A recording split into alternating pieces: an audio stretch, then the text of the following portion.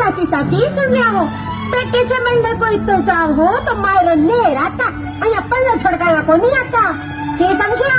मैं तो इस बेशरम आदमी आस्तानी को नहीं देखो, अपने आप ने भगत समझे, झूठो मोड़ियो कठे को।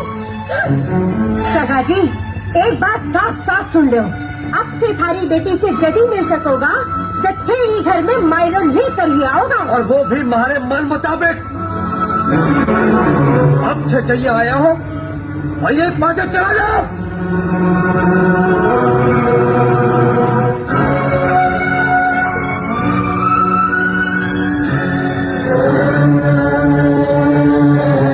ठीक है नारायण, प्रभु ने जब यही मंजूर है तो ठीक।